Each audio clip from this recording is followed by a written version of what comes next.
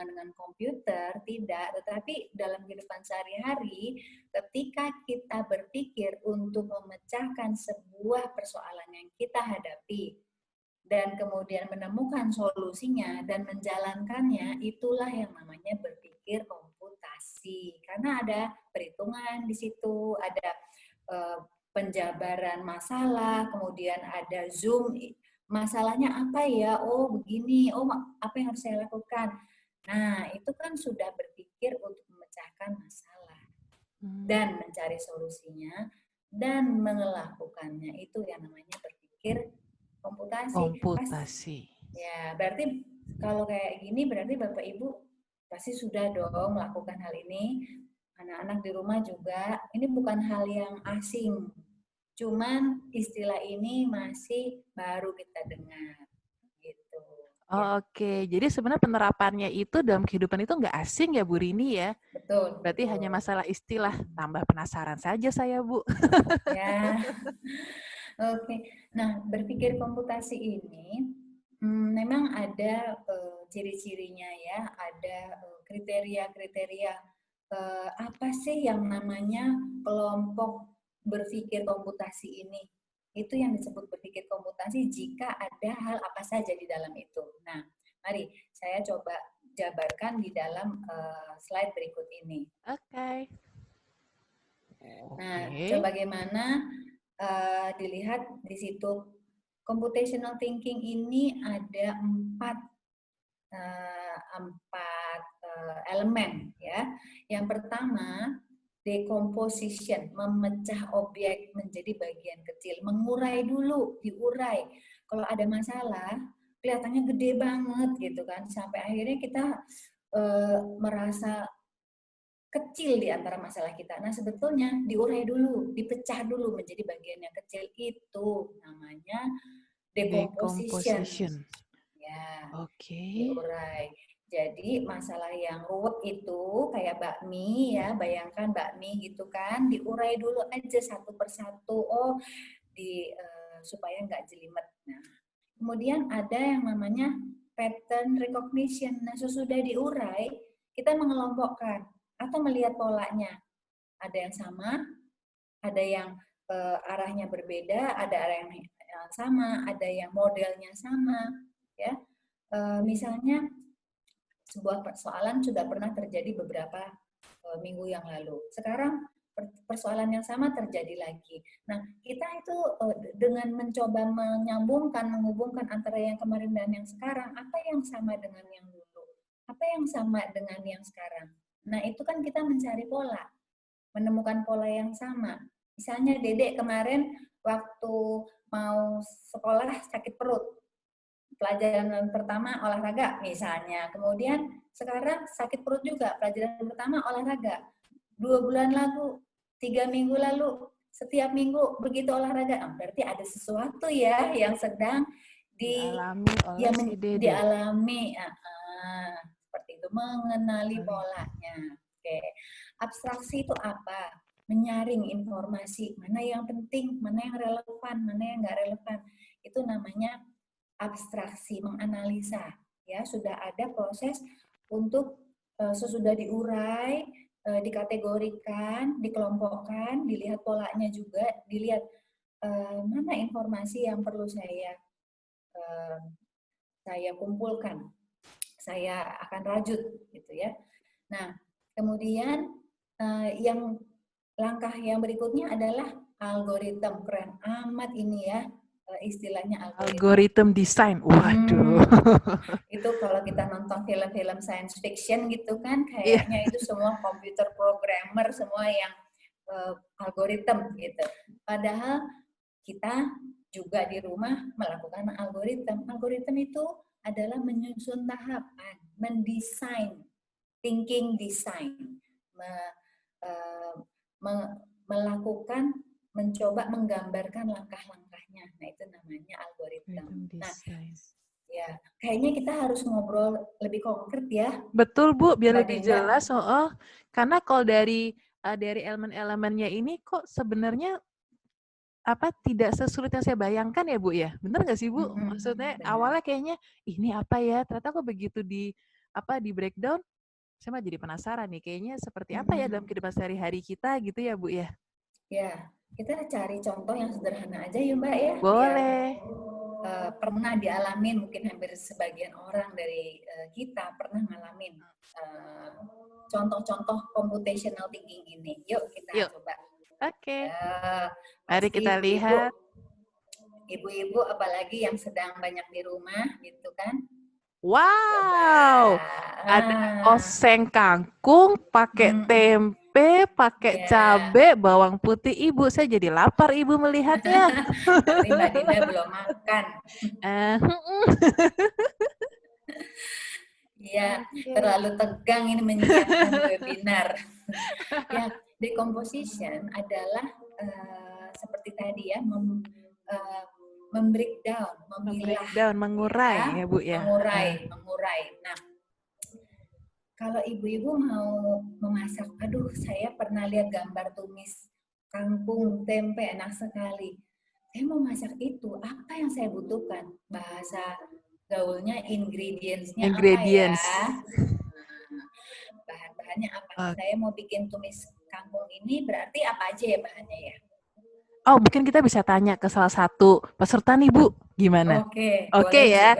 Oke, untuk Bapak Ibu peserta, saya yang mau ikut menjadi informan perihal masakan boleh loh diangkat tangannya. Nanti saya pilih secara acak. Siapa ya? Ada yang mau kah? Oke, ini di sini ada. Oke, saya pilih ya. Mana kok hilang? Oke. Halo, Bu Christine Kartamiharja. Halo, Bu Christine. Gak apa-apa Ibu kalau videonya tidak bisa mendengar suara saya, Bu. Halo, Bu Christine. Hai, selamat malam. Wah, Ibu terpilih nih untuk bisa memilih menu dan ingredients-nya, Bu. Halo, Mbak Dinda. Halo, Bu Christine. Bu Christine, di sini kan saya dengan Bu Rini kan lagi membahas tentang decomposition ya nih Bu ya. Kita mengambil contoh dengan oseng kangkung. Nah, menurut Ibu, kalau kita mau memasak oseng kangkung, apa saja sih yang kita perlukan, Bu? Mungkin Ibu bisa membantu menginfokan. Bahan-bahannya ya, Mbak Dinda. Bahan-bahannya Ibu, betul. Kangkung, tempe, tomat, cabai, bawang putih, bawang merah, garam, gula. Ibu banget nih Mbak Dinda. Ingredientsnya cukup menarik ya Bu Rini ya. Yang pasti ada kangkungnya dong ya. Masak oseng kangkung harus ada kangkung. Oke. Nah, itu Bu Christine berarti sedang melakukan decomposition. Kepingin bikin tumis kangkung, oseng kangkung, dan harus tahu bahan dasarnya apa. Begitu. Itu yang dilakukan kita sehari-hari loh, apalagi ibu-ibu yang stay at home ya. Pasti ini setiap hari melakukan decomposition. Kalau ada order mana, bikinkan aku besok ini. Ya, berarti kan ada proses decomposition setiap hari di rumah. Betul, Bu. Nah, thank you ya Bu Christine. Makasih ya Bu Christine. Ya. Sama-sama. Terima kasih. Nah, kita coba lihat langkah yang berikutnya. Apa yang kita lakukan sesudah decomposition. Nah, kita kan sudah melihat saya butuh sayur, tempe, saya butuh kangkung, saya butuh tempe, bawang putih, bawang merah, dan sebagainya. Cabai, tomat. Ya, berarti apa yang harus saya lakukan ketika saya ke pasar? Nah, coba kita lihat berikutnya Mbak Dinda. Oke, next. Ya. Nah, kalau Bapak dan Ibu pergi ke pasar yang sudah lebih rapih ya, maka kalau kita sudah tahu apa yang kita mau lakukan, mau masak, berarti kita harus melihat, oh pasar ini, sebelah sini jualan sayur, dan sebelah sana jualan buah. Kalau saya mau membuat tumis kangkung saja, berarti saya tidak ke bagian buah, bisa Langsung membengkak kebagian. budgetnya ya. Belanjaan jadi banyak ya, Bu. Betul, bisa yang enggak dibelanja. Dan kemudian saya harus langsung ke tempat sayur-sayuran karena saya lihat pasar ini punya pola, sebelah kiri adalah sayur, sebelah kanan adalah buah, begitu ya. Ini namanya mengenali pola.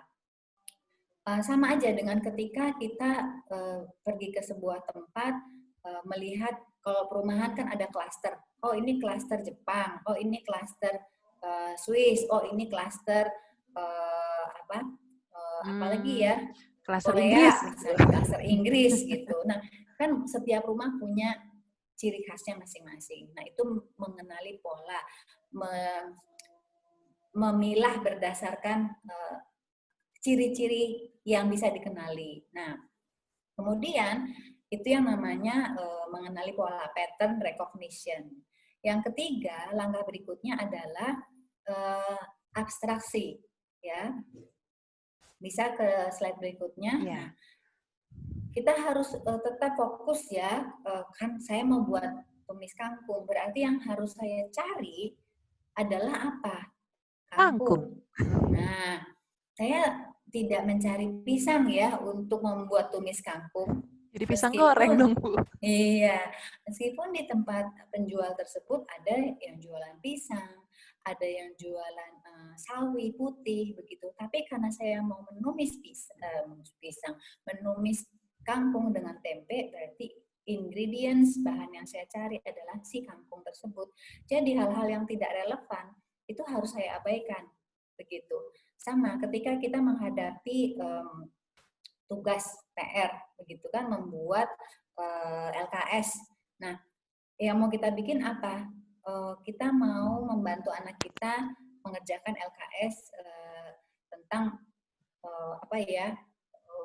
tentang bentuk misalnya. Coba anak yang kalau biasanya anak PAUD membuat bentuk, warna dan sebagainya. Nah, berarti hal-hal yang tidak berhubungan dengan bentuk dan warna, misalnya bentuk segitiga, bentuk dasar geometri ya, segitiga, lingkaran, itu tidak perlu saya ajarkan dulu. Misalnya saya mengajarkan angka-angka kepada anak saya yang sedang belajar warna dengan bentuk dasar geometri begitu. Nah, kita harus menyaring esensinya, mana yang kita mau sajikan duluan, mana yang penting, mana yang mau jadikan target. Nah, sesudah itu apa?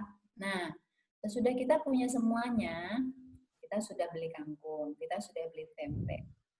Nah, sampai di rumah, pasti kita harus masuk ke langkah berikutnya dong, gitu. Betul. Yakni berikutnya langsung menyusun tahapan. Kangkungnya diapakan dulu? Dipetik, ya. Dicuci,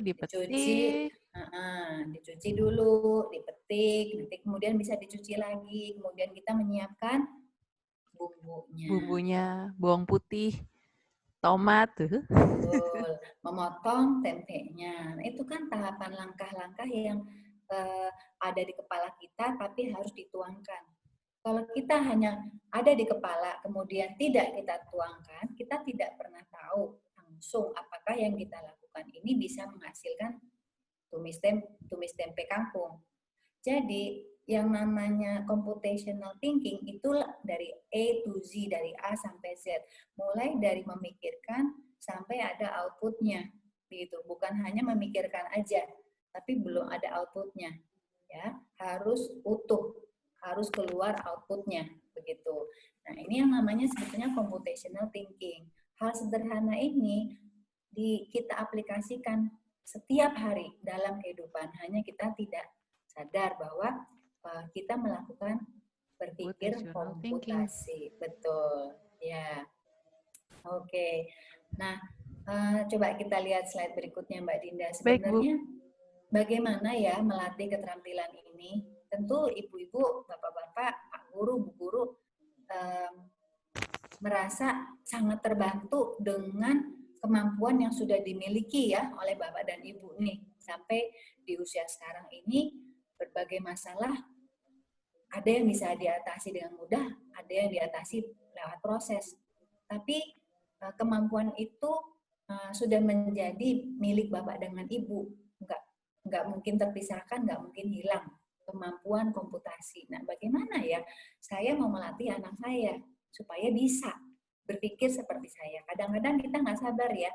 Begitu aja kok nggak bisa sih, ini kan gampang, ya tinggal dibuka gitu. Tinggal dituang, bikin teh aja kok susah sih misalnya. Nah, bagaimana melatihnya? Mari kita coba lihat slide berikutnya. Banyak sih permainan ya yang bisa kita berikan. Salah satunya ini alternatif aja, bukan sebuah keharusan, hanya alternatif seperti main apa ini Mbak Dinda namanya? Tic-tac-toe. Tic-tac-toe. Coba cari yang modelnya seperti ini untuk kita maju. Kalau kita bisa maju 4 langkah berturut-turut berarti kita menang. Nah, lawannya harus bisa menghadang langkah kita. Nah, intinya seperti itu, bermain strategi ya. Ya. Seperti ya, itu seperti main ini juga ya, apa? Yang warna hitam putih, kok saya jadi lupa ya.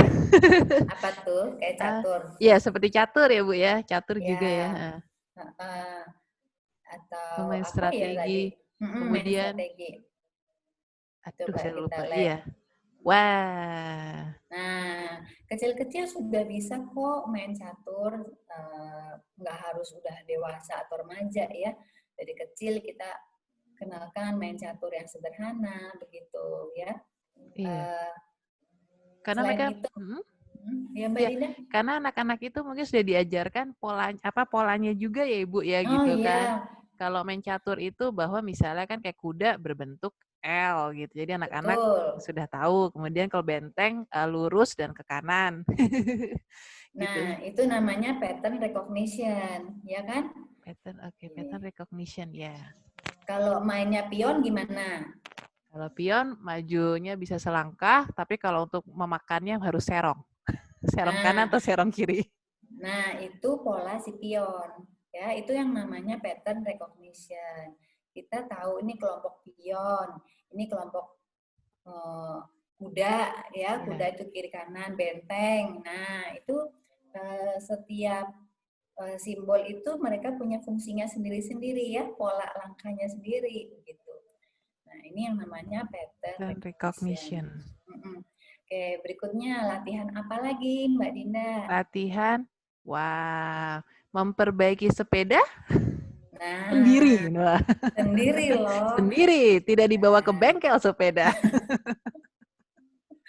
Oke, mudah-mudahan Bapak dan Ibu, terutama Bapak-Bapak ya, papi-papi, Papa-papa ini sempat untuk bisa mentransfer ilmu masa kecil, masa remaja ke anak-anak.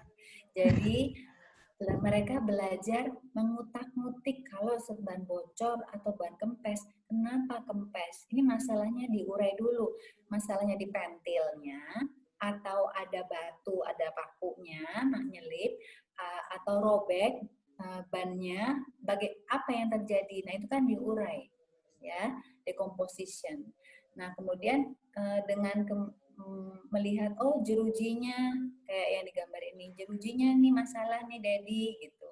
Nah, ini langkah untuk kita mengajarkan, melatih anak cari tahu kenapa ya, diurai masalahnya, kemudian dicari masalah ini polanya, oh ternyata anginnya kurang, oh ternyata ini. Nah, kemudian kita baru nanti perbaiki, atau kalau nggak bisa baru dibawa ke tukang bengkel. Tapi kita juga ikut, jadi tahu gimana caranya memperbaikinya. Gitu, ya.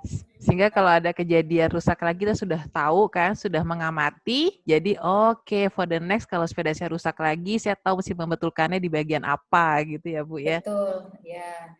Jadi bukan kemudian sepeda rusak akhirnya dijual ya.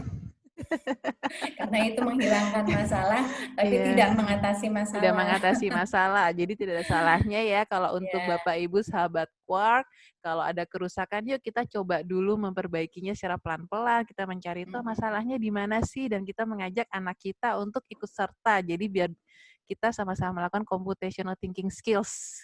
Iya. Oke, selain kita lihat sepeda ya, mengutak-atik sepeda, apa lagi coba?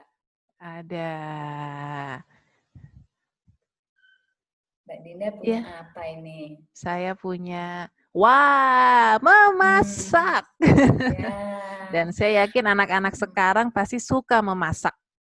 Karena ada Mm-mm. master chef juga ya. Ups. Ya, ya betul karena ada banyak model-model di televisi yang mengencourage untuk kita terampil memasak. Nah, ini penting sekali seperti tadi contohnya. Memasak itu bukan perkara gampang, perlu proses kan. Nah, proses inilah yang menjadi pengalaman yang merajut keterampilan di otak anak mulai dari menyiapkan bahan, memilih dulu ya, memilih kalau saya mau memasak A, memilih dulu, gitu.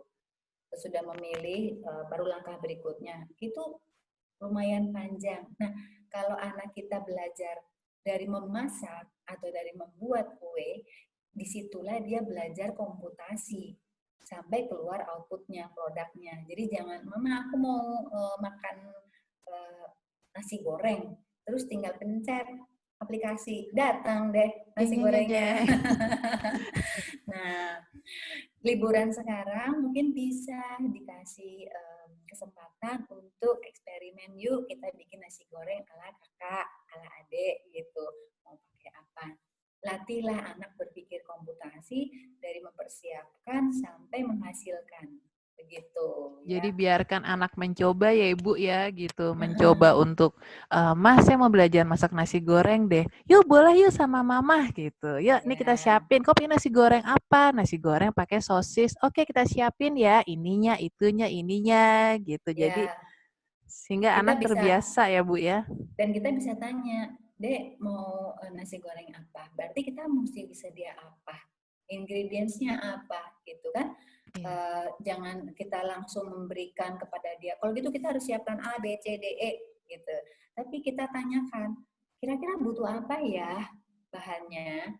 Kira-kira kalau mau coklat dikasih apa ya, Dek? Gitu. Kalau mau ada sesuatu lagi di dalam situ, kita mau tambahkan apa ya? Nah, ini menimbulkan imajinasi yang Jadi ada pertanyaan terbuka kaya. juga ya Bu Rini ya. Ya, betul. Itu akan menarik buat si anak. Iya. Ya, yuk kita lihat lagi apa yang bisa kita Oke. berikan. Belanja di pasar. Anak-anak Ya, berbelanja di pasar. betul. Ya, terima kasih kepada ibu guru yang sering membawa anak-anak didiknya ke pasar untuk dikenalkan nih cara belanja, Cara cara nawar. menawar, dan kemudian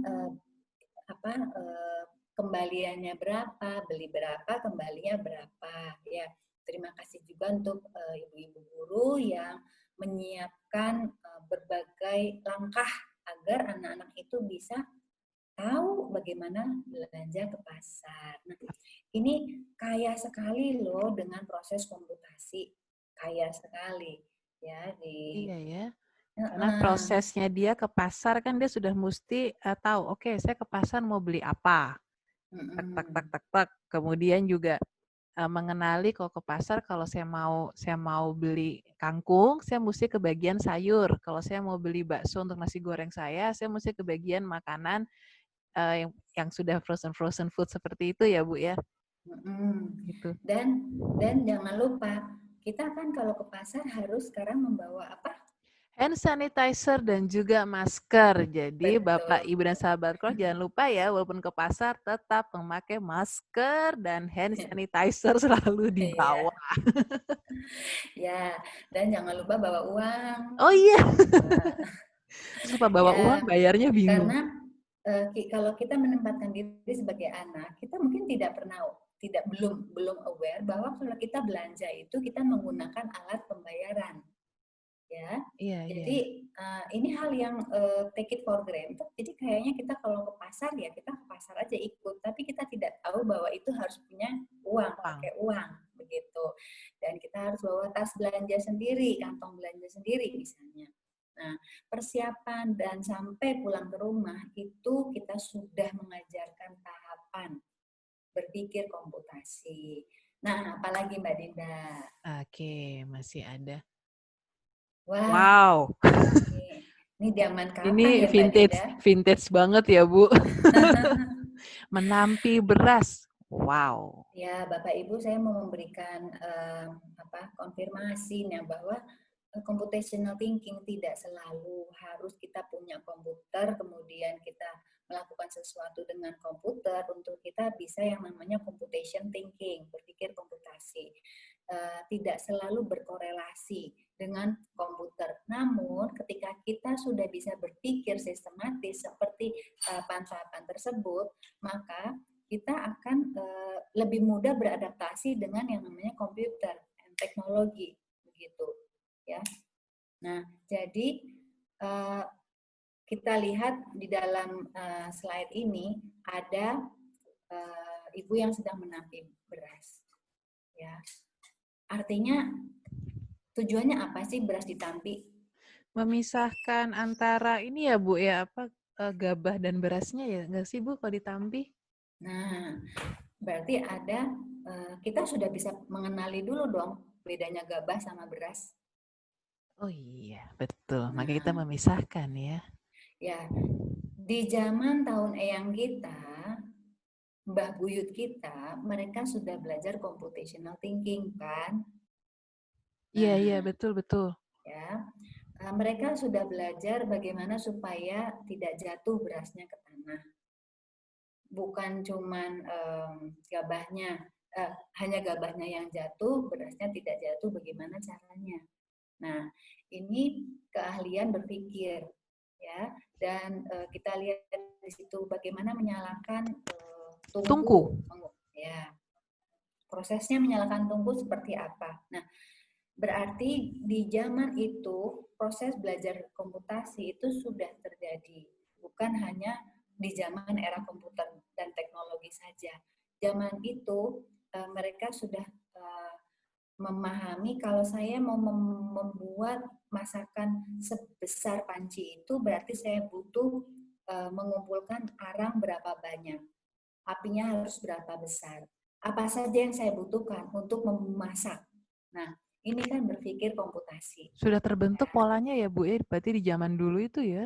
Ya sih benar juga ya, kalau zaman dulu tuh malah lebih, ayo anak-anak harus begini. Sebenarnya tuh sudah jadi computational thinking skills juga ya Bu ya.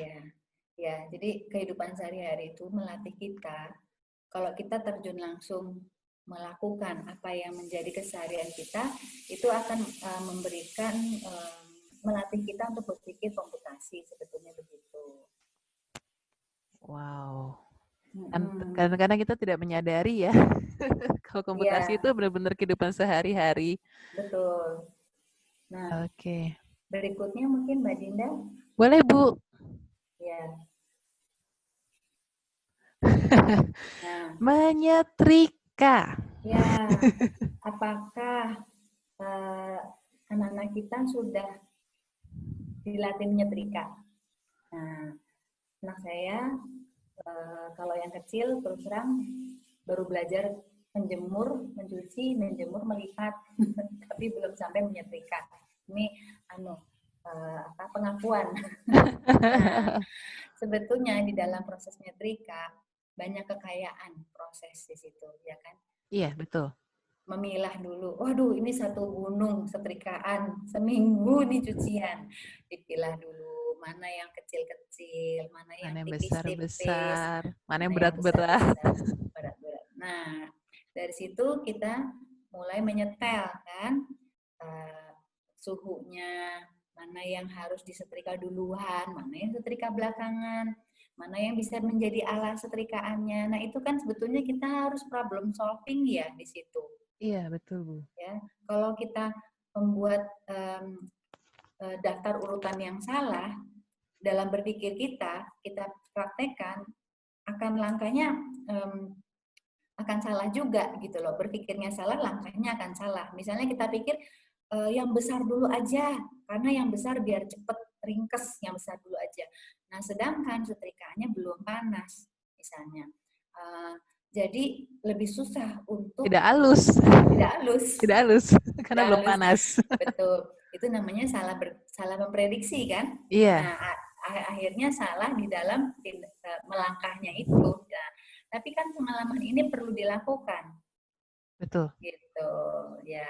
Nah, demikian. Sehingga tahu prosesnya lebih dalam lagi ya Bu ya, ketika kita Betul. ada kesalahan, oh kita memperbaiki pola kita dulu gitu. Ya, dan kemudian bagaimana cara menyetrika kerah, mau mulai dari mana dulu, dari belakang, punggung, dari lengan atau dari depan, kancingnya Maka dibuka dikancing atau dulu. kancingnya ditutup. Wah, itu kekayaan komputasinya besar sekali loh di situ.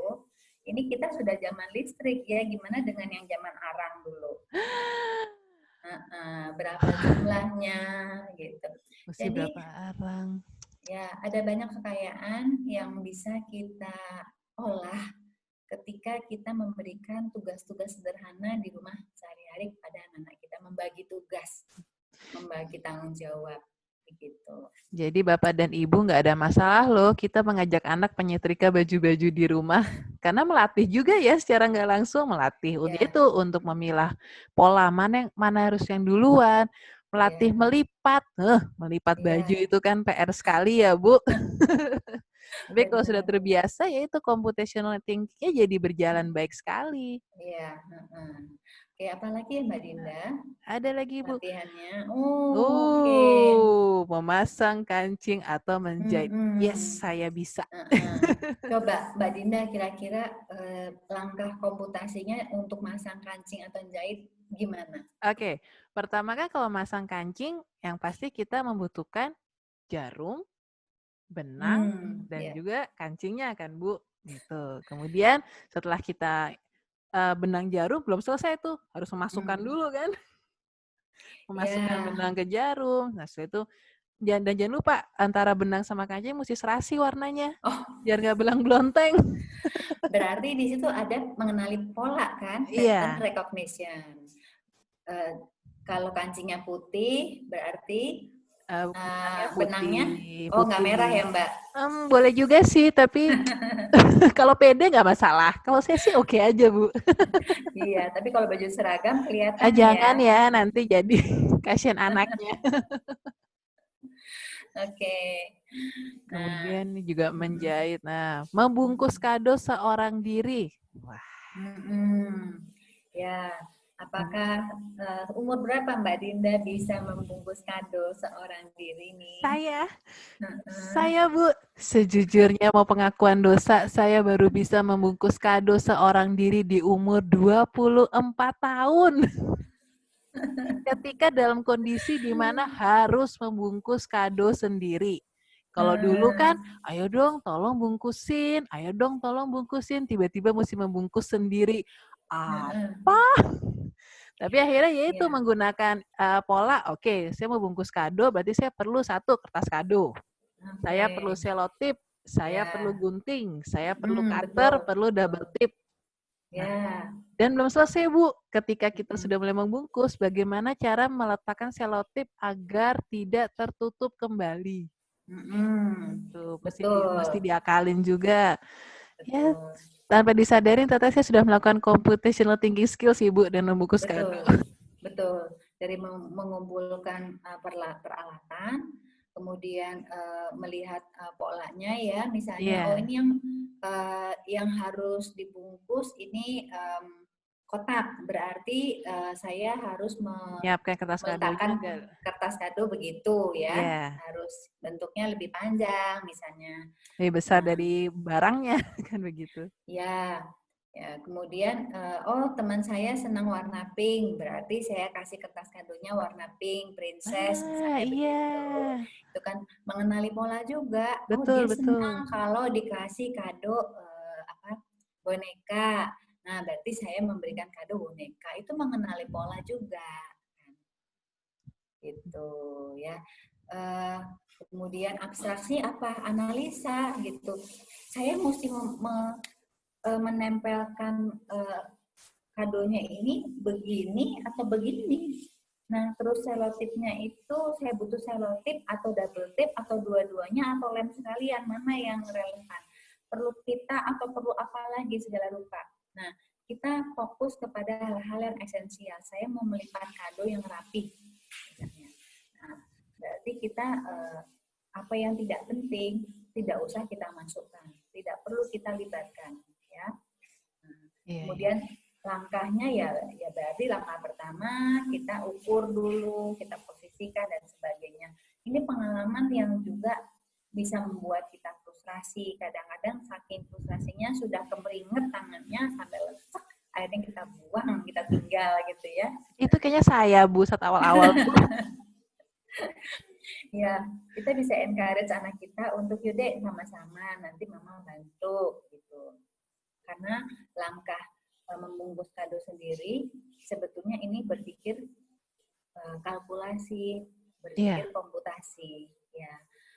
Belajar matematika ya dari sini, belajar komputer sistem, bagaimana bahasa sistem, nah itu dari sini, karena kita diajak belajar sistematis gitu loh. Dengan cara kalau mau menjahit apa dulu, kalau mau memasukkan kancing ke dalam baju, menempelkan apa dulu, bagaimana saya bisa melakukannya, apa dulu, baru kemudian apa. Nah, itu berpikir sistem. Nah, kalau kita sudah terbiasa, terbentuk cara berpikir sistem, baru kita akan lebih mudah diajak untuk belajar komputer dan teknologi. Karena komputer dan teknologi pada dasarnya mereka adalah sistem. Ya, dan kita pencipta sistem tersebut. Jadi kita jangan sampai keder sama si komputer dan teknologi, karena actually itu semua bersumber dari cara berpikir kita kok. Gitu. Saya ingat ya waktu saya masih kecil gitu, eyang saya tuh suka bilang, ayo kita dalam melakukan sesuatu harus sistematis. Ternyata seperti ini ya, arti sistematis itu ya. Iya, betul. Karena dipikirkan dulu langkah-langkahnya. Iya. Oke. Ya. Nah, ini cara sehari-hari ya Bu, Bapak yang bisa kita berikan ke anak-anak sehari-hari di rumah, sehari-hari di sekolah. Kita bisa mengajak murid-murid kita untuk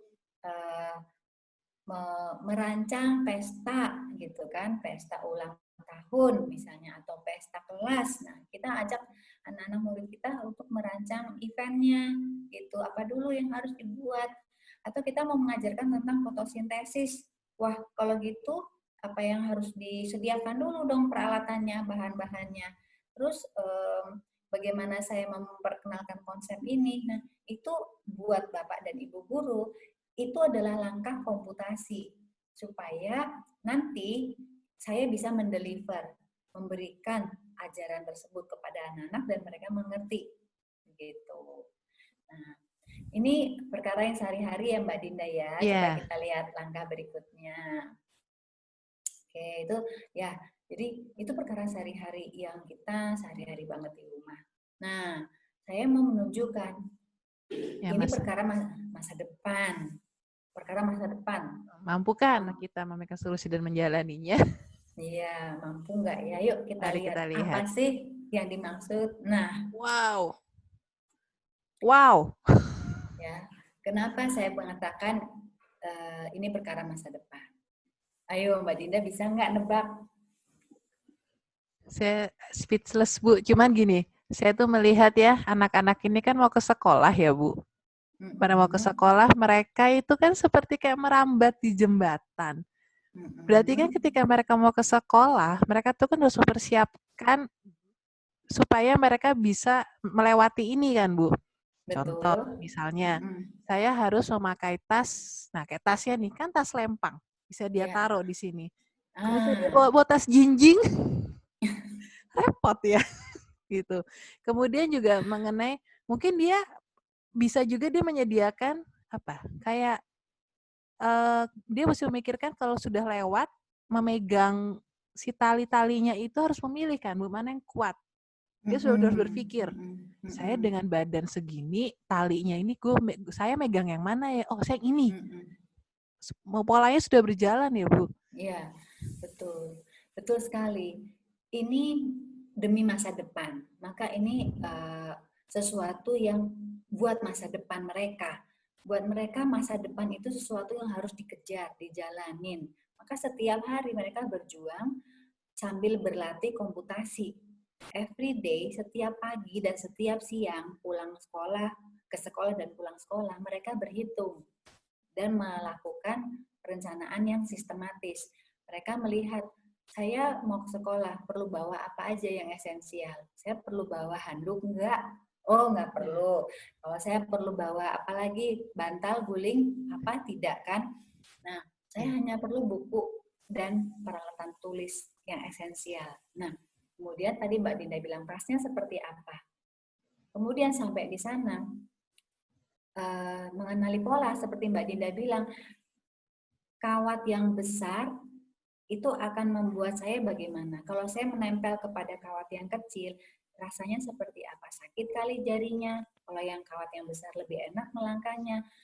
Pijakan saya mesti pilih yang seperti apa? Nah, itu semua berdasarkan penglihatan, mata saya mengkalkulasi, kaki saya merasakan, ya. Itu berarti ada pengalaman di situ. Sampai akhirnya saya mengenali polanya. Oh, kalau kawat yang kecil tidak kuat untuk menahan berat tubuh saya. Jadi nanti saya melangkah yang berikutnya 1 meter kemudian saya harus cari kawat yang besar. Misalnya, itu mengenali pola. Pegangan yang seperti apa? Mengenali pola. Ya. Kemudian menganalisis, saya harus fokus pada tiangnya, bukan kepada airnya. Kalau ngelihat air saya bisa keder misalnya, bisa terjatuh. Nah, jadi ada abstraksi, kemampuan berpikir abstrak. Esensinya di mana? Menyaring yang penting, yang nggak penting. Saya lagi berpegangan begini, dipanggil sama teman-teman di ujung jalan sana. Apakah saya harus merespon atau tidak? Nah, itu yang namanya kemampuan untuk abstract thinking. Analisa dan saring menganalisa, menyaring informasi, ya. Nah, kemudian langkah berikutnya ya saya jalanin, ya, apa yang sudah saya kalkulasi. Nah, itu tadi namanya algoritma. Nah, coba yang berikutnya, Mbak. Kita lihat masa depan yang bagaimana lagi yang kita mau wujudkan. Nah, demi masa depan juga loh ini. Ya. Menuju ke sekolah. Menuju ke sekolah lagi judulnya. Menuju ke sekolah. Bagaimana dengan sepeda di jalan yang kecil? Mungkin kalau saya saking takutnya saya bilang saya izin aja hari ini nggak ke sekolah. Begitu. Berhubung saya hidup di sana, anak ini hidup di sana, sekolahnya di ujung sebelah sana. This is the best way, ya kan, yang bisa dijalani dengan cepat, begitu. Nah, sehingga keterampilan untuk mengkalkulasi, ya, mengumpulkan informasi juga, kayunya aman tidak ya, sudah berapa banyak orang yang melewati ini dan mereka semua melakukan cara-cara seperti itu, gitu. Jadi saya nggak boleh bawa beban berat-berat, misalnya. Saya nggak boleh bawa karung-karung besar, ya, karena beban yang bisa ditahan oleh jembatan ini hanya sekian. Nah, itu kan menyaring informasi, melihat abstraksi ya, tadi yang kita bilang abstraksi. Begitu. Nah, oke. Di sini anak itu juga memegang ya Bu, sambil bawa sepeda dia juga memegang. Berarti kan dia sudah menganalisa bahwa tangan kiri saya megang sepeda, kanan memegang biar tidak oleng, menjaga keseimbangan juga. Betul, itu yang namanya dia bisa mengenali pola-polanya. Kalau saya tidak pegangan kawat, kayaknya lebih sulit. Tapi kalau saya pegangan, akan jauh lebih seimbang. Nah, ini mengenali pola yang terkait dengan dirinya sendiri. Gitu. Kemudian kita lihat lagi gambar berikutnya, Mbak. Coba, mudah-mudahan bisa menginspirasi ya Bapak Ibu guru, Bapak Ibu di rumah, Mama Papa, bahwa mereka ini menjalani sains sebagai kehidupan mereka. Ya. Setiap hari, setiap bangun tidur mau ke sekolah, tidak lain adalah they do science. Mereka melakukan apa yang kita belajar secara teori, mereka belajar secara praktek, begitu. Karena melihat saya mau lewatin ini pakai sepatu atau pakai sendal, ya. Barang apa mesti saya bawa sehingga memudahkan saya berjalan. Apa? Betul, itu kan yang namanya decomposition. Ya, saya mau sekolah, saya perlu bawa apa saja, tapi saya tantangannya melewati sungai yang lebar. Nah, itu decomposition. Masalah yang besar kita urai, begitu. kalau masalah yang besar kita nggak urai, kita overwhelm sama masalah tersebut. Akhirnya kita menyerah, nggak usah lah sekolah, bahaya gitu. Nah, setelah kita mengurai, kita bisa lihat polanya. Oh, ada yang bisa buat pegangan di atas dan yang di bawah pun Untuk ternyata melangkah masih kuat. bisa ya. Betul. Nah, itu hal-hal yang kita bisa melihat bahwa ternyata dari kecil pun, dari pengalaman hidup sehari-hari, anak-anak itu sudah mulai dan sudah bisa dibekali dengan berpikir komputasi. Ya. Anak-anak yang jauh di pelosok saja mereka juga berkenalan dengan komputasi, meskipun mereka belum tentu berkenalan dengan komputer. Tapi mereka belajar berpikir pola dan berpikir sistematis, menganalisa sungai ini lagi deras. Oh, berarti tidak aman jika saya menyeberang. Itu kan menganalisa. Iya. Ya, mengumpulkan informasi. Semalam hujan deras, coba lihat di hulu, di hilir, di hulu ya, begitu. Di atas di sana airnya seberapa, banjir nggak semalam, hujan deras atau tidak di gunung. Nah, itu kan mengumpulkan informasi supaya kemudian saya bisa mendesain langkah buat besok. Besok saya harus mempersiapkan bagaimana supaya saya aman menyeberang sampai sekolah. Nah, itu cara berpikir mereka begitu. Tentu kita juga dengan masalah kita sehari-hari, tantangan hidup kita yang berbeda dengan mereka, itu juga sebetulnya dibiasakan kok oleh pengalaman hidup untuk kalau kita menghadapinya kita akan bisa jalani juga memiliki kemampuan berpikir komputasi ini. Nah, begitu Mbak Dinda. Mari kita lihat slide berikutnya. Baik, Bu. Ya. Oke. Wah, mati lampu. Nah, sebagian besar mungkin kalau yang di kota agak jarang sekarang ya mati lampu. Tapi di daerah-daerah tertentu masih Iya, suka mati lampu ya, Bu ya. Nah, coba kita amatin juga di rumah. Kalau mati lampu, apa yang kemudian menjadi reaksi anak-anak kita di rumah atau murid panas. Kita sekolah? Panas, gelap. Panas ya. Iya, lagi ngerjain PR, kemudian apa reaksinya? Nggak bisa ngerjain PR nih, gelap. Jadi WA sama miss-nya di sekolah, gurunya, Bu, mati lampu, jadi PR-nya besok aja ya, gitu. Karena saya nggak bisa mengerjakan, nggak kelihatan, nanti mata saya rusak. Ya, nah ini salah satu contoh kalau kita tahu-tahu listrik padam, apa yang bisa kita lakukan, ya? Kita masih bisa tetap belajar, tapi kita mesti sedia apa saja, bahan-bahannya apa yang perlu kita siapkan. Nah, ini kan merencanakan planning, antisipasi. Ya, kalau mati lampu, mati listrik, apa yang bisa kita siapkan dan lakukan supaya kegiatan kita tetap terus berjalan. Nah, antisipasi. Kita mau pergi, tapi sebentar lagi kayaknya turun hujan karena di atas sudah sangat mendung, gelap. Apa yang harus kita lakukan? Antisipasi. Antisipasi. Sedia payung sebelum hujan. Betul. Nah, itu kan juga sebetulnya bagian dari computational thinking. Begitu. Sampai kita bawa payungnya sendiri, kalau hujan apalagi, itu terbukti bahwa apa yang kita lakukan works well, kan berhasil betul. Begitu. Oke, Mbak. Mari kita lihat berikutnya ya. Oke. Sebetulnya berpikir komputasi itu perlu apa ya? Kan kita mau melatih kemampuan berpikir, melatih. Berarti ada yang dilatih dong. Ya. Yes. Apa yang dilatih? Jaringan di otak. Jaringan-jaringannya itu. Otak kita kalau bekerja itu tidak bekerja sendiri-sendiri masing-masing. Saya, kamu, tidak bisa. Semua saling ada yang namanya kolaborasi dan komunikasi. Yes. Ya. Nggak bisa sendiri-sendiri. Sebab ketika saya melihat huruf A, maka di telinga saya, di otak saya akan menggaungkan A. Ketika saya melihat huruf B, maka saya akan mendengar B B. secara tidak kelihatan dan tidak saya ucapkan.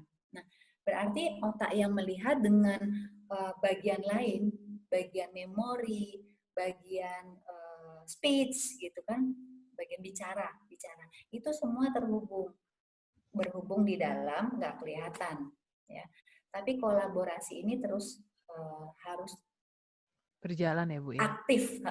Misalnya kayak Mbak Dinda sedang ngomong, berarti Mbak Dinda ngomong ini sambil melihat, sambil bicara, itu visual dan auditorinya ikut terlibat semua, ya kan?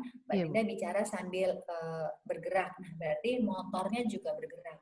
Kita belanja ke pasar, kita mendesain prakarya, kita melihat, mendengar guru membantu, tangan kita juga bergerak. Itu integrasi semuanya. Nah, berarti harus ada komunikasi yang kuat, tidak bisa lemah. Kalau matanya kuat, visualnya kuat, tapi motoriknya lemah, dampaknya apa? Misalnya anaknya menjadi agak lambat bergeraknya, jalannya lebih lambat, mempersiapkan apa-apa lebih lambat, menulisnya lebih lambat misalnya, atau kalau jalan tahu misalnya mau ke depan tapi kesandung kiri, kesandung kanan, atau nyampluk kiri, nyampluk kanan misalnya, ya. Ada sesuatu di dalam proses geraknya dia yang tidak sematang proses visualnya. Itu akan bisa menjadi kendala juga, ya. Tahu kita mesti lewat jembatan, tapi dengan berpegangan erat. Nah, kalau pegangannya aja nggak kuat, ya, maka ya akan bahaya lah untuk anak kita. Iya. Jadi semua harus ada jaringan yang kuat, dan jaringan yang kuat, dasar jaringan yang kuat itu harus saling berkomunikasi yang aktif juga satu sama lainnya. Nah, mungkin Mbak Dinda bisa sehingga balance ya Bu ya? Ya, semua harus terkoneksi. Coba kita lihat slide berikutnya, Mbak. Nah, semoga ini bisa jelas kelihatan ya di Bapak Ibu yang di rumah. Kalau kita mau mengajarkan kemampuan berpikir dan bertindak sistematis, merancang, merencanakan, menggambar, mengolah, gitu kan. Artinya itu kemampuan-kemampuan yang sudah membutuhkan koordinasi antara melihat, mendengar, berpikir, atensi, ya, itu semua harus kerjasama. Kita lihat dari bawah, itu kemampuan dasar. Batu-batu yang di bawah itu mewakili keterampilan kematangan dasar kita. Itu harus kuat, ya. Makanya zaman dulu anak-anak dibilang jangan sering-sering digendong, ya. Sebetulnya bukan dibilang karena bau tangan, ya, tetapi kalau dia sering digendong, maka ototnya jadi nggak kuat. Iya, karena kan tidak terbiasa menopang badannya sendiri juga, Bu, ya. Betul, ya. Jadi ada nilai makna di balik dari pesan-pesan ibu-ibu kita zaman dahulu, begitu ya. Terus misalnya ajak ngomong anak-anaknya dari kecil, dari bayi. Nah, kenapa? Karena mereka sedang mempersiapkan proses komunikasi internal di otaknya, begitu, supaya mereka bisa menyerap suara bapaknya, ibunya. Jadi bukan suara dari YouTube atau dari HP atau dari TV yang frekuensinya berbeda dengan frekuensi yang disampaikan bapak ibunya. Nah, kemampuan itu nanti kelak ketika dewasa atau ketika dia SD, itu untuk bahan dia berkomunikasi. Jadi prosesnya itu panjang. Kita harus menguatkan fondasinya agar anak-anak kita bisa kita bekali, yuk nak kita menyapu, yuk nak kita menjahit, yuk nak kita memasak, motong, metik, kangkung. Nah, kalau misalnya pegangan tangannya lemes, karena makannya disuapin terus-terusan, gimana mau memetik kangkung? Iya. Misalnya, ya, gimana kita bisa mengkalkulasi, saya mau buat saya mau membuat pohon sebesar apa, kertasnya yang ada seperti apa, dan saya membuat pohon itu sebesar apa. Nah, itu kan ada kemampuan kalkulasi. Jadi pada dasarnya di dasar ini adalah hal yang fundamental yang harus dikuatkan dulu sebelum kita mengajarkan ke anak-anak menari, menyanyi, sports, science ya, eksperimen, berpikir lebih higher order thinking skill. Nah, kita mau mengajarkan kepada anak-anak untuk bisa higher order thinking skill, itu sangat bagus. Tapi mereka harus punya endurance, stamina. Stamina untuk apa? Berpikir. Kalau nggak punya stamina berpikir, maka bentar-bentar gue yang sana, gerak sini, ya, atau lari ke sana, lari ke sini, belum sempat tuntas berpikir, sudah ganti filmnya, gitu. Ya, atensinya sudah berpindah. Oke. Nah, mungkin kita bisa lihat lagi yang berikutnya, Mbak Dinda. Iya, Bu. Self confidence. Ya, enggak, berikutnya lagi Berikutnya aja. lagi ya. Ya. Wow. Oke. Jadi kita lihat kalau di rumah kejadian seperti ini, apa yang kemudian biasanya kita lakukan? Ayo deh dibereskan. Apa yang biasanya menjadi kebiasaan kita gitu. Padahal dengan kita mengarahkan, sebetulnya kita melatih anak-anak untuk membangun berpikir sistematik itu. Oh, ini serealnya tumpah, ada becek, berarti saya mesti siapin apa, ngambil apa, tempel atau ember atau apa lagi? Ambil tempat ya kan? sampah juga untuk ngebuangnya nanti. Betul. Jadi kita melatih anak lewat kejadian sehari-hari begitu. Nah, kemudian yang berikutnya Mbak Dinda, kita coba lihat. Nah, ini yang saya ingin pesankan juga ya kepada Bapak Ibu, karena ini bukan solusi yang efektif sebetulnya, solusi singkat, shortcut, tetapi tidak efektif untuk membangun kemampuan anak berpikir komputasi. Ini kayak banyak terjadi ya, Bu ya? Menyuapin anak sambil melihat gadget. Itu kayak lagi. Biar anaknya mau makan.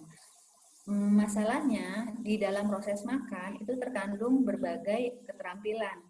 Karena dia diajak untuk sensory perception-nya itu distimulasi ya, rasa, kemudian gerak, visual, melihat, dia harus bisa mengurai. Kalau makan sop berarti ada wortel, ada kentang, ada peas misalnya. Nah, ini ada berbagai ingredients di sini, dan kemudian melihat polanya. Kalau wortel itu merah, berarti saya coba pisah-pisahin. Wortel dulu, saya mau makan wortelnya dulu semuanya, baru kentangnya misalnya. Kemudian anak itu juga belajar tentang saya sedang makan misalnya, saya nggak boleh, nggak perlu ngelihat film, nggak perlu ngelihat yang lainnya, saya harus makan, merasakan rasanya apa ini, asin atau gurih ya. Jadi mengenali esensi yang sedang kita hadapi gitu. Nah, itu namanya kan anak kecil diajak belajar abstraksi. Abstraksi, betul. Dan langkahnya jelas sekali. Bagaimana caranya makan ya? Ngambillah apa yang ada di piring, kemudian masukkan ke mulut. Nah, jadi langkah ini kan sebuah langkah yang diciptakan oleh proses belajar. Otak itu merajut jaringan supaya dari setiap kegiatan itu muncullah jaringan yang kemudian diperkuat dari seringnya dilakukan latihan tersebut setiap hari, setiap makan. Intens ya Bu ya dilakukan. Intens. Ya. Jadi anak berpikir komputasi itu bukan sebuah proses yang instan, singkat, atau gampang diinstal begitu aja ya. Namun ini hasil latihan berproses begitu. Itu yang intinya sih Mbak Dinda. Coba kita lihat berikutnya. Nah, cara belajar sebetulnya kita di sekolah sering sekali ya diajak untuk di-encourage untuk bisa nilai bagus tapi lewat proses menghafal. Nah, sementara kalau kita mau membangun kemampuan komputasi itu akan jauh lebih efektif jika kita pakai proses inquiry ya. Coba Mbak kita lihat slide berikutnya. Nah, karena dengan proses inquiry, maka jika anak itu mengerti kenapa, apa yang harus dia siapkan, itu kan ada pertanyaan-pertanyaan sebelumnya ya, apa yang mesti disiapkan, kenapa, polanya seperti apa. Nah, ini inquiry proses yang akhirnya membuat anak lebih paham dan tidak perlu memorizing. Ya, kasihan juga anak-anak dan kita zaman kita juga dulu terutama ya Mbak Rida harus hafalin. hafal, tapi kita tidak mengerti esensinya apa. Gitu. Hanya menghafal saja Bu ya gitu. Ya, oke. Nah, ini apa ya? Sedikit yang saya bisa sharingkan mengenai proses belajar yang bisa membangun keterampilan berpikir komputasi. Slide berikutnya, Bu. Nah, ini memberi sedikit gambaran bahwa pendekatan inquiry ini adalah pendekatan sebetulnya yang brain based. Kenapa? Yang tadi saya bilang, kalau kita memberikan pertanyaan kepada anak, maka anak akan menggunakan seluruh aspek otaknya untuk diaktifasi. Ya, dia mengamati bagian-bagian otak yang tidak cuma melihat, dia akan mengingat, dia akan berbicara, dia akan mendengar, bergerak, dan sebagainya, mengamati. Adalah kompleks activity of the brain. Bertanya, ini juga setiap A, amati, B, bertanya, C, cari tahu, D. Itu semua adalah proses yang mengaktifasi seluruh bagian otak. Makanya dikatakan pendekatan inquiry ini brain-based learning. Ini lebih menguntungkan daripada yang memorizing. Sebetulnya begitu. Karena ketika memorizing, anak bisa mengingat tapi belum tentu dia tahu dan paham polanya dan tahu langkahnya. Gitu. Ketika dia mengingat sebuah pola, kemudian pola itu berubah, caranya berubah, bisa jadi bingung lagi. Iya. Ya. Tambah-tambahan. Ya, misalnya cara pembagian atau cara tambahan, kita sudah mengajarkan kepada anak malam begini sampai jam 11 malam. Besok pagi ulangan lupa semua. Ketika angkanya diganti misalnya. Tapi kalau kita tahu polanya, jalannya, mau angkanya diganti, aman. Masih bisa mengerjakan. Betul. Nah, ini yang dibutuhkan sebetulnya untuk kita yang dikatakan membangun keterampilan 21st century. Ya, sebetulnya keterampilan ini sudah ada sebelum 21st century, mungkin on the 5th century pun nenek moyang kita sudah berjalan ya Bu ya. Berjalan dengan begitu. Namun kita terkait dengan ICT, dengan komputer dan teknologi ya, multimedia dan sebagainya. Sebetulnya kalau kita belajar berpikir komputasi dari rumah, maka akan mudah mengadaptasi, mengaplikasi di manapun. Kita ketemu sama komputer, ketemu sama teknologi, kita bisa berpikir secara sistematis, by system, begitu. Sistematis. Iya. Wow. Ya. Gitu ya. Oke, slide berikutnya. Nah, ini sebetulnya saya pernah diajak untuk mereview seperti apa sih buku ini. Nah, maka saya terkesan banget sih Mbak Dinda ya sama buku ini karena inquiry ABCD ini ya Bu ya. Betul. Saya kemarin diminta sama Mas Ria ya untuk Bu Rini coba boleh lihat dalamnya. Ternyata ini langkah yang sangat konkret Mbak, mengajarkan kepada Bapak Ibu di rumah dan Bapak Ibu guru bagaimana sih kita mau menciptakan proses inquiry, dan ini pun bisa akan melatih ujung-ujungnya kepada berpikir komputasi. Nggak cuma hanya berpikir kritis, analitis, ya, problem solving dan sebagainya. Yang masih berhubungan ya Bu ya? 4C ya? Semua ya. Semua ini jika kita lewatin proses inquiry, maka saya percaya kita akan bisa memiliki kualitas dan kemampuan berpikir komputasi, terutama anak-anak kita ya di rumah ataupun sekolah begitu. Ya, begitu ceritanya Mbak Dinda. Menarik sekali, Ibu. Ya, betul, menarik sekali Iya. ya. Dan ternyata dalam buku Inquiry ABCD ini juga mencakup dari si 5C itu ya, Bu ya, yang 5C sebelum ya. disebutkan tentang kok Iya. hilang. Loh. Dia tahu, udah terakhir slide-nya.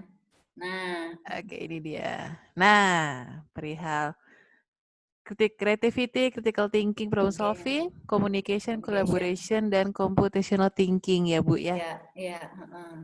Jadi semua itu berhubungan Bapak dan Ibu serta sahabat core perihal dengan A, B, C, D, E, dan 5C ini karena merupakan brain based learning ya Ibu ya. Brain based learning, betul. Oke. Waduh Ibu, menarik sekali Ibu. Ya. Dan saya yakin sekali Bapak Ibu dan sahabat core di sini juga ingin bertanya lebih lanjut perihal berpikir komputasi ini. Ya, Bu, kita mau mulai tanya jawab tidak apa-apa ya Bu ya? Boleh. Boleh ya. Oke, kita melihat. Kita rencana akan berapa pertanyaan, Ibu? Atau tergantung Mbak Dinda nih hostnya. Kita berjalan saja ya, Bu ya. Ya, Oke. Di sini ada yang menanyakan, berpikir komputasi apakah itu given or acquired? Lalu apakah ada unsur psikologi dalam diri seseorang yang menjadi obstacles dari usaha membiasakan berpikir secara kategoris dan terpilah-pilah? Contohnya seperti disorder personality, super ego terlalu tinggi, dan lain-lainnya. Jadi kesimpulannya ingin menanyakan, berpikir komputasi itu given atau acquired ya Bu? Kemudian apakah ada unsur psikologinya Bu dalam komputasi berpikir ini? Oke. Ya, pertanyaannya lumayan kompleks ya. Terima kasih yang sudah bertanya. Kalau berpikir komputasi ini bukan given ya, bukan sesuatu yang begitu lahir sudah langsung bisa udah install gitu ya, tinggal run program gitu. Enggak, tapi ini dilatih dari bayi sampai besar. Nah, ini kan lewat proses-proses tumbuh kembang sebetulnya.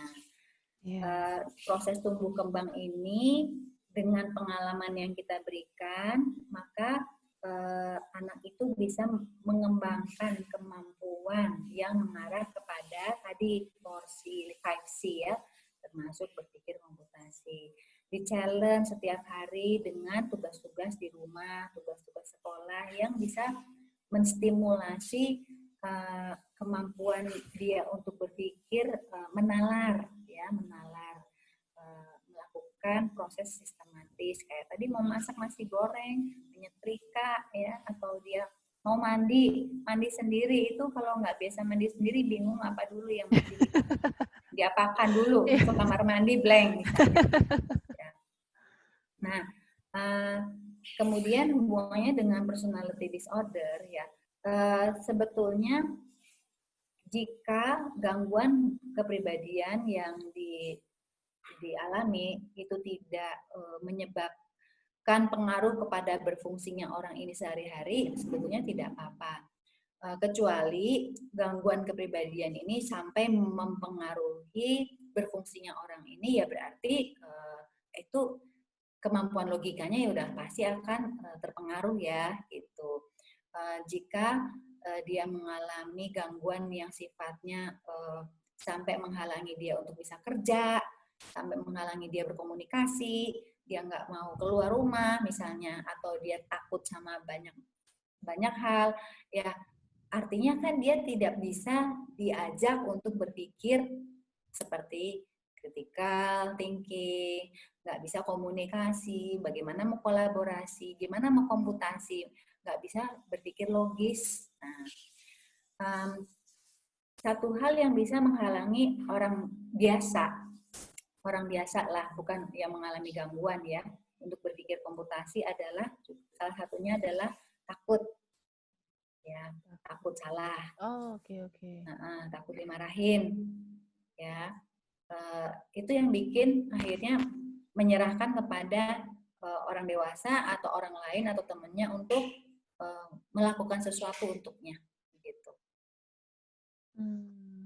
Oke, mudah-mudahan menjawab ya untuk bagi yang bertanya. Kemudian Ibu, ada lanjutan dari pertanyaan yang tadi. Dan apakah enabling environment yang paling efektif untuk perkembangan pemikiran komputasi ini? Apakah family values, value di society, atau education values?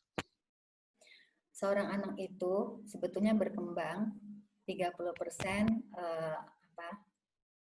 dari genetik ya, gennya dari lahirnya begitu, bawaan. 30% adalah pendidikan. Pendidikan di rumah, pendidikan di sekolah, itu termasuk di situ. Tapi yang 40% adalah pengalaman. Ya. Jadi yang bisa mengembangkan kemampuannya dia adalah pengalamannya. Itu elemen yang terbesar. Terpenting juga, Bu, ya. Terpenting ya.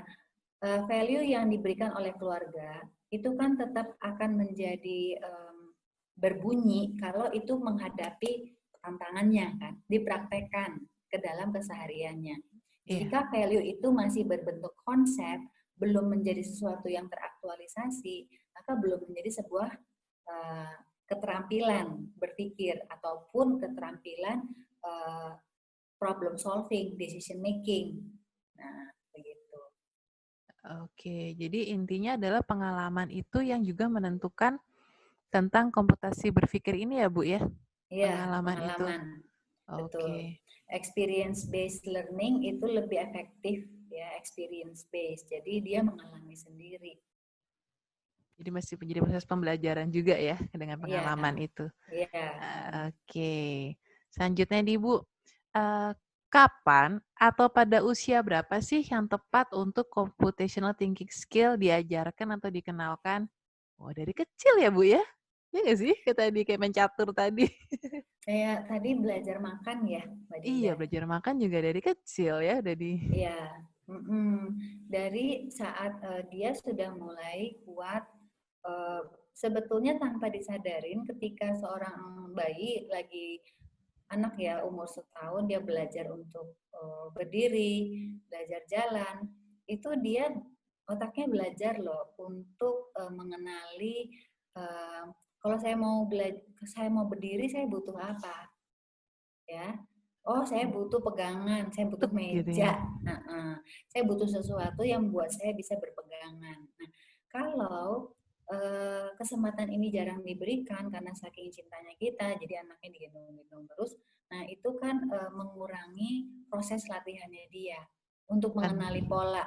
Oh, saya harus bertumbuh pada bagian yang keras. Kalau bagian yang lunak, akibatnya saya akan kehilangan keseimbangan. Itu kan mengenali pola dari sekian banyak pengalaman yang udah dia lakukan. Gitu. Dan kemudian menganalisis, kalau saya jalan di tempat di lantai ini kayaknya lebih bagus deh, saya jatuhnya nggak sakit misalnya, atau kalau ada barang saya jangan injak sakit kakinya, itu kan belajar gitu. Melihat apa hubungannya antara barang yang saya injak kaki saya dengan barang itu di lantai, itu kan mengenali abstraksi ya, berpikir analisis. Gitu. Sehingga dia bisa merencanakan kalau saya mau ngambil bola saya di ujung, ini anak yang baru mau belajar jalan, apa yang mesti saya lakukan? Gitu. Di otaknya dia itu sudah kemudian tercipta desain, berpikir solusinya bagaimana. Maka jangan kaget kan kalau kita suka lihat anak-anak bisa menemukan toples candy permen di atas dengan cara dia menyeret kursinya sendiri. Oh iya. Ya, kita udah ngumpetin kerupuk toples di ujung di atap lemari yang paling tinggi, dia masih bisa ngelihat, dan kalau mamanya nggak ada dia bisa ngambil gitu ya. Ada aja akalnya. Itu bahasa kita gak usah hari-hari gitu. Ada aja akalnya gitu. Iya sih. Berarti memang dari usia berjalan pun juga sudah ada komputasi berpikir ya Ibu ya gitu. Iya, betul. Berarti juga untuk orang tua juga kadang nggak apa-apa loh mengelosin anaknya tetap dalam pengawasan ya Bu ya, biar anaknya juga terbiasa gitu kalau apa-apa. Jangan nanti sakit, gendong. Jangan nanti jatuh, gendong. Ya kasihan anaknya. Jadi anaknya jadi tidak punya pengalaman juga ya Bu ya. Betul. Hati-hati jangan sampai kita mereduksi kesempatan, peluang kehidupan yang memberikan banyak pembelajaran kepada anak-anak kita. Gitu. Oke. Duh, dicatat ya Bapak dan Ibu ya. Jangan sampai kita kehilangan momen itu. Iya, betul. Oke. Pertanyaan selanjutnya, apakah computational thinking sama dengan system thinking, Bu? Kemudian, aspek-aspek apa saja ya, Bu, yang harus diasah dalam diri untuk melatih computational thinking? Oke. Ya, system thinking itu berada di dalam komputasi juga ya. Kurang lebih punya kesamaan, hanya system thinking. Kalau di sistem thinking, komputasi itu, sistem thinking adalah bagian dari, karena algoritma itu kan kemudian kita harus melakukan langkah secara sistematik. Ya. Yeah. Sistem thinking juga belajar untuk berpikir secara sistematik. Nah, namun kalau yang di computation itu sudah mulai dari decomposition, melihat masalah di breakdown dulu. Nah, tadi di slide sebelumnya ya Mbak ya, ada di ketika kita lihat ada masalah, kita breakdown dulu, decomposition. Nah, itu polanya ya. Langkah-langkahnya yang mau dilatih, berarti kita melatih anak, melatih diri kita untuk breakdown dulu kalau ada mau membuat sesuatu atau mau bikin apa, Lego apa, robot. Nah, kita perlu apa? Robot yang bisa ada listriknya. Nah, kita perlu apa? Baterainya yang seperti apa? Nah, itu namanya decomposition. Ya, untuk ini ya. Mengurai. Sama kalau kita mau mengajarkan metamorfosis atau mau mengajarkan fotosintesis, kita butuh bahan apa aja. Nah, itu decomposition. Langkah kedua adalah mengenali polanya. Apa kesamaan polanya? Recognition itu ya Bu ya? Ya, pattern recognition. Itu langkah kedua dari computation. Misalnya di sekolah kan kita suka pembagian peran. Kamu bagian mengumpulkan clipping ya. Yeah. Nah, di saya bagian menempel. Nah, itu ada pembagian peran. Nah, itu kita sedang mengajarkan kepada anak untuk pattern recognition. Berarti ya. Mengenali pola itu. Ya, saya dengan teman-teman kelompok saya itu perannya adalah ini. Nah, peran di tempat lain itu berbeda. Nah, itu pattern recognition. Atau kita lagi mau bikin, anak kita bikin Lego, ya kita bisa mengajarkan kepada dia pengkategorian, mana ambil yang kuning, yang merah di sebelah sini, yang kuning sebelah sana. Itu sebetulnya juga mengajarkan pattern recognition. Itu.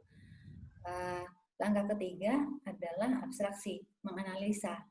Ya. Kalau saya mau membuat bentuk seperti ini, saya butuh bahan-bahan ini yang mana saja, ukurannya apa. Ya, kalau saya mau membuat nasi goreng, saya butuh pisang atau tidak. Kalau enggak, saya harus abaikan. Ya, kalau saya mau membuat percobaan mengenai balon udara, apa yang harus saya siapkan dan apa yang harus saya abaikan. Saya harus bisa masukin informasi mengenai cuaca, gitu kan, ketinggian dan sebagainya. Tapi saya harus mengabaikan unsur-unsur yang lainnya yang tidak relevan. Iya. Ya, supaya fokus gitu. Ya Bu ya. Betul. Langkah yang berikutnya adalah merancang langkah, menyusun langkah. Bagaimana caranya? Algoritma. Nah, itu 4 langkah yang bisa kita mulai ajarkan, meskipun tidak harus seluruhnya di dalam sebuah kegiatan. Ya, kita bisa per bagian itu kita ajarkan di bagian yang di kegiatan yang berbeda-beda. Gitu. Oke, semoga menjawab ya untuk Ibu Aulia tadi yang bertanya. Oke, selanjutnya Ibu, baik yang bertanya nih Ibu, udah menarik-menarik pertanyaannya. Oke, bagaimana bila anak kemampuan komputasinya kurang karena pengasuhan yang belum tepat? Di umur sekitar 7-8 tahun, masihkah bisa diubah? Oh, oke. Ini pertanyaan yang sangat bagus ya, amat sangat bagus. Saya mau mengencourage untuk Bapak Ibu yang anaknya mungkin belum bisa berpikir seperti ini di usia 7. Otak itu terus berkembang, terus bertumbuh. Sampai kita check out ya. out. Sampai check out. Ya. Oke. Jadi tidak ada hentinya, Tuhan itu maha baik. Kita diciptakan dengan otak yang selalu bisa bertumbuh, memperbaiki, membuat jaringan yang baru. Maka anak-anak kita pun meskipun ada keterlambatan di dalam beberapa skillnya, 1 atau 2 skillnya, itu bisa kok dilatih. Tapi ada 2 kondisi yang diperlukan. 1, frekuensi, ya, seringnya, ya, berapa sering diberikan, dan intensitas, seberapa kompleks, ya, dari sederhana semakin kompleks tantangannya, tugasnya, latihannya, dan juga semakin sering, bukan semakin sering, keseringannya, frekuensinya. Misalnya kita kalau mau belajar, anak kita mau belajar bisa naik sepeda, tapi dia belajarnya sebulan sekali, ya susah dong gitu. Ya. Jadi ketika kita mau melatih, mengembangkan sebuah keterampilan kepada anak, pastikan bahwa kita melatih dengan frekuensi, ya, frekuensi yang kerap, ya, yang seminggu bisa 3 kali, 4 kali dilakukan, sering-sering begitu, dan juga intensitas, tidak terlalu mudah dan tidak terlalu susah. Kira-kira gini, 80% pekerjaan itu, tugas itu bisa dilakukan oleh anak kita, ya. 20% itu susah. Karena kalau dibalik 20% itu gampang, 80% susah, dia tidak akan termotivasi. Belum udah ngantuk, gitu ya. Nah, jadi apa yang kita mau berikan tantangannya adalah sesuatu yang bisa dia jalankan. Nah, kita berikan tantangan 20% yang susah untuk jadi anak tangga, dia mengembangkan skill yang kita ingin bangun dari dia. Gitu. Jadi tetap harus dilatih juga Bu ya 20%-nya itu ya. Jangan terus diabaikan. Kan sudah 80%, 20%-nya nggak usah, jangan juga Bu ya. Ya, jadi tingkat kesulitan dari sebuah keterampilan yang kita mau, kegiatan yang mau kita berikan, tingkat kesulitan kegiatan yang mau diberikan, 80%-nya itu mudah atau sudah pernah dilakukan, dia sudah mampu melakukannya, dan 20%-nya yang susah. Gitu. Okay. Jadi masih banyak harapan. Yang penting kita rajin melatih keterampilan tersebut. Dan sustain ya Bu, continue ya gitu loh. Jadi jangan sebulan sekali, 2 bulan sekali gitu. Kalau bisa lebih rutin, tapi jangan sampai terlalu lama jangkanya gitu Bu ya, karena kan juga nggak bagus juga. Ya, karena otak itu akan membentuk jaringan yang kuat ya. Di dalam otak itu kan banyak jaringan ya. Proses pembentukan dan penguatan jaringan itu terjadi kalau kita sering menstimulasinya. Semakin sering, semakin kuat koneksinya, semakin kuat komunikasi antara bagian-bagian yang di otak kita itu. Tetap perlu stimulus ya Bu ya. Kalau orang Jawa bilang ini Mbak, witing tresno, jalanan suka kulino. Witing tresno aja. Oke. Oke, pertanyaan berikutnya. Saya mau bertanya, berpikir komputasi seperti runtutan belajar matematika, apakah ada hubungannya?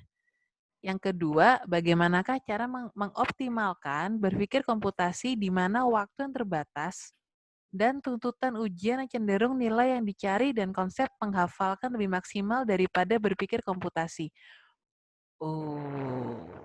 Oke. Ini pertanyaannya juga sangat bagus ya, berarti Bapak dan Ibu guru yang bertanya ini sudah paham sekali bahwa ternyata ada nilai yang jauh bernilai, sesuatu yang jauh bernilai dari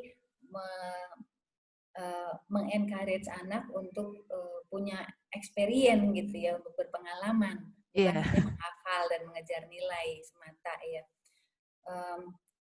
Belajar matematika sebetulnya juga itu proses yang sangat bagus ya, dengan belajar tahapan, langkah. Ini salah satu cara yang sangat baik untuk mengajarkan komputasi. Nah, hanya saja tantangannya adalah antara memahami dengan menghafal. Kalau anak hanya menghafal ketika angkanya diganti, pertanyaannya, terutama misalnya kayak word problem, itu matematika yang pakai kalimat pada suatu hari, misalnya ayah beli telur sekian, ibu beli telur sekian, telurnya kemudian pecah 5, nah berapa jumlah telur yang tersisa? Nah, itu. Ketika persoalan itu kemudian diganti menjadi membeli buah, anak masih ngerti nggak prinsip dasarnya? Iya, karena berubah. Karena berubah, udah lagi bukan ayah ibu tapi paman sama bibi misalnya, terus bukan lagi telur tapi jadi buah. Ngerti nggak ininya prinsipnya? Nah, kalau dia menghafal akan kelimpungan ketika soalnya diganti. Maka understanding itu perlu sekali. Nah, kalau sampai anaknya belum mengerti, susah untuk mengerti, berarti ada skill lain, Mbak, yang di piramid itu loh. Tadi kita lihat ya, yang menghambat, yang belum matang sehingga dia susah untuk mengenali konsep matematika yang sederhana sekalipun. Gitu. Ada proses yang belum matang di piramid di bawahnya itu yang menyebabkan susah buat dia memahami langkah dasar matematika, memahami rumus matematika. Gitu. Nah, kemudian pertanyaan terkaitnya gimana kalau di sekolah waktu terbatas ya, kita bisa kalau misalnya bisa di blend ya di dalam proses prakarya, seni rupa, dalam proses olahraga, dalam proses sains itu menjadi sangat ideal. Kita blend. Jadi ini kan bukan sesuatu yang terpisah. Karena di sekolah juga ada praktek kan, pasti ada pengambilan nilai materi, ada yang praktek begitu. Sehari-hari pun ada project. Nah, project-project itu kan sebetulnya kalau dilakukan dengan proper itu melatih komputasi.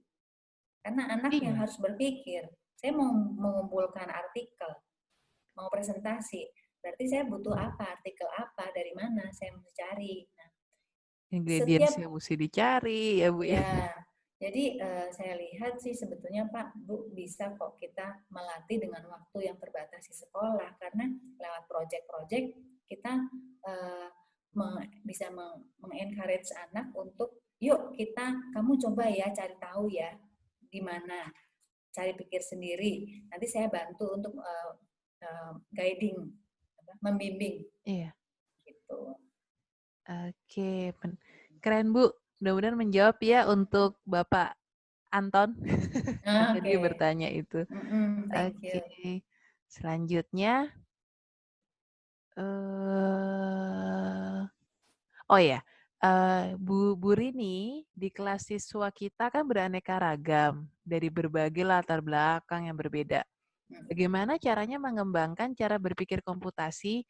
Kita sudah membuat komunikasi langsung.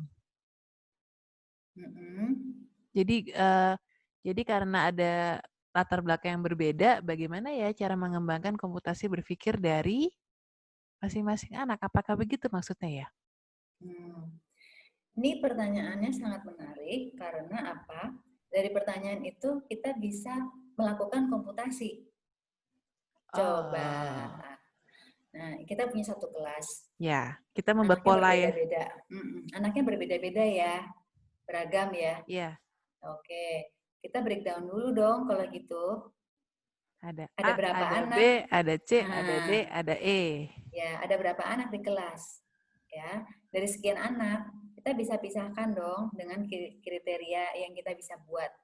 Ya, nah sesudah kita bisa kelompokkan pattern recognition. Oh, ini ciri-ciri anak yang belum bisa baca tulis.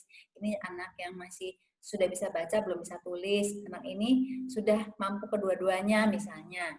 Ya, ini anak yang lambat belajar misalnya. Kita bisa memisahkan dulu. Nah, baru kita melihat informasi mana yang kita mau berikan kepada kelompok yang mana supaya mereka mengerti, supaya nyambung dan komunikasinya jalan ya Bu ya. Betul.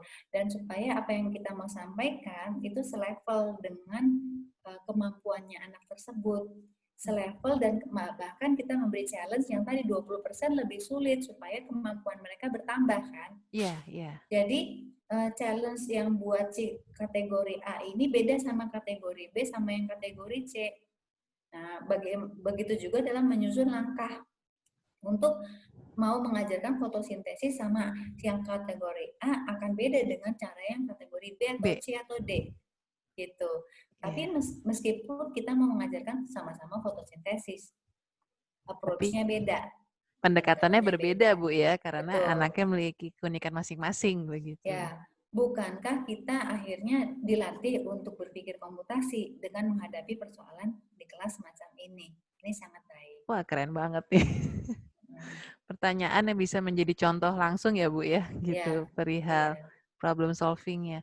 Semoga membantu ya untuk yang bertanya dengan perihal keanekaragaman latar belakang yang berbeda ini. Terima kasih. Keren-keren.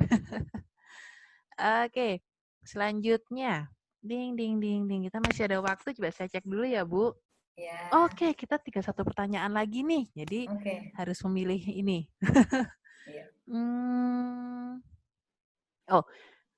Apakah pendekatan inquiry masih bisa dimulai pada usia remaja? Apakah masih terkejar? Pembelajarannya seperti apa? Wah, menarik nih Bu pertanyaannya. Iya, senang sekali saya mendapat pertanyaan ini, pertanyaan terakhir, dan sangat bagus sekali karena apa?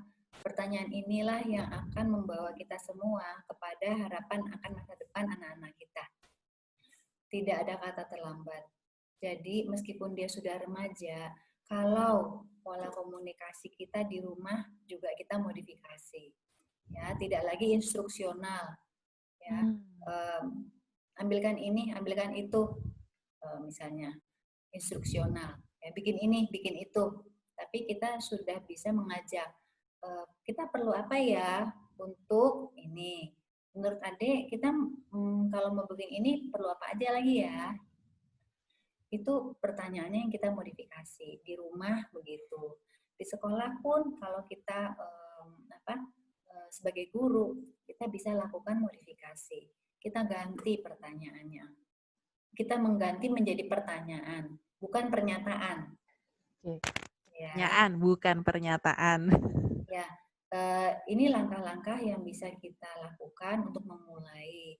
Tidak ada kata terlambat, tapi yang penting sering-sering ya, intensitas dan frekuensi. Kemudian ajak anak-anak remaja kita untuk banyak pengalaman, exposure, mengalami. Banyak yang mager ya hari ini gitu kan, apa istilahnya, rebahan, rebahan. Jadi mereka tetap harus banyak exposure di luar dari ruang sempitnya di HP itu, di HP atau di layar monitor gitu ya. Dengan cara apa? Ya kita lagi COVID gini nggak bisa keluar-keluar ya, tapi ajak masak lah gitu kan, ajak menjemur baju lah, ajak nyuci baju, ajak melipet baju. Bukankah itu juga sesuatu sebetulnya? Ya, kita berbagi tanggung jawab. Nanti ajak dia yang merencanakan, kamu siang mau masak apa gitu kan.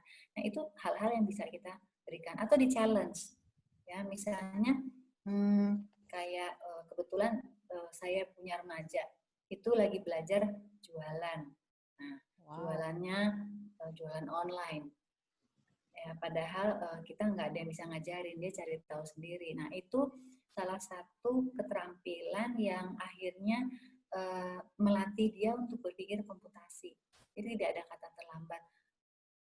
Dalam keterbatasan ruang gerak, selalu ada jalan keluarnya untuk membuat masa depan anak kita itu bisa lebih baik karena terbekali daya pikirnya. Wow, menarik sekali Bu. Jadi memang benar ya bahwa berpikir komputasi itu tidak ada kata terlambat sama sekali. Dan ditambah juga ternyata tuh bisa didapatkan tuh dari kehidupan kita sehari-hari, gak usah jauh-jauh gitu loh. Kadang misalnya, aduh saya nggak bisa belajar nih, kenapa tidak ada kuota gitu. Aduh jadi bingung, males mau ngapain. Padahal kan bisa melakukan sesuatu yang berguna di rumah juga. Itu kayak udah pernah nyetrika belum, udah pernah ngelipat baju belum, seperti itu. Jadi juga membuat mereka berpikir komputasinya di rumah juga. Jadi tidak ada terlambat ya Bu ya. Ya, dan tidak harus tidak harus seperti komputasi itu ya. Karena ibu-ibu kita, mbah-mbah kita zaman dulu juga mereka nggak punya komputer, tapi mereka bisa berpikir sistematis. Iya. Dan berjalan baik dan diajarkan ke anak Ya. cucunya. Nah, maka di era sekarang kita perlu belajar sistematis agar kita bisa beradaptasi terhadap teknologi. Ya, kita bisa menguasai mereka, bukan mereka menguasai kita. Kita menguasai mereka ya Bu ya. Adaptasi sehingga kalau ada perubahan seperti sekarang pandemi gini nih, kalau kita berkomputasi, kita bisa adaptasi, bisa menjalani dengan enak ya Bu ya, tanpa tertekan. Karena banyak hal bisa dilakukan sebenarnya kayak tadi. Bikin mau jualan online atau apa, maksudnya masih banyak hal bisa dilakukan, nggak terus yang mandek, terus yang gue nggak bisa kemana-mana, gue di rumah aja deh, males, mager gitu. Ya nggak gitu juga ya buat para remaja-remaja ini. Gitu. Oke Bu Rini, terima kasih banyak ya Bu atas penjelasannya menarik ini. Kalau saya bisa menarik kesimpulan ya Bu, jadi berpikir komputasi adalah kemampuan berpikir untuk memecahkan masalah dan menemukan solusinya lewat langkah logis dan sistematis. Berpikir komputasi penerapannya itu luas, tidaknya terkait komputer, walaupun namanya komputasi ya, tapi tidak harus komputer, namun juga untuk kehidupan sehari-hari, terbukti dari hal-hal kecil, misalnya kayak membungkus kado, menyetrika, atau lagi menjahit kancing, itu semua tuh ada komputasinya. Bahkan kita mau berangkat sekolah pun tuh juga ada komputasi juga sebenarnya. Nah, selanjutnya elemen-elemen dari komputasi itu ada namanya decomposition atau bisa juga ya bahasa sederhana kayak ingredients-nya lah ya, pola kita memecahkan objek menjadi bagian kecil dengan penguraian. Selanjutnya pattern recognition, kita mengenali pola-pola yang ada. Selanjutnya elemen ketiga adalah abstraksi, yaitu analisa dan saring esensi. Jadi kita mesti fokus dengan apa yang mau kita kerjakan. Dan terakhir adalah algoritma, jadi menyusun tahapan, jadi memulai apa yang mau kita lakukan. Betul ya Ibu ya, kesimpulan dari komputasi ini. Betul. Oke, terima kasih banyak ya Bu Rini atas penjelasan menarik ini. Jadi kita sudah tahu bahwa komputasi itu seperti ini, tuh tidak sesulit dengan namanya awalnya. Awalnya kita, apa itu? Oh ternyata menarik sekali.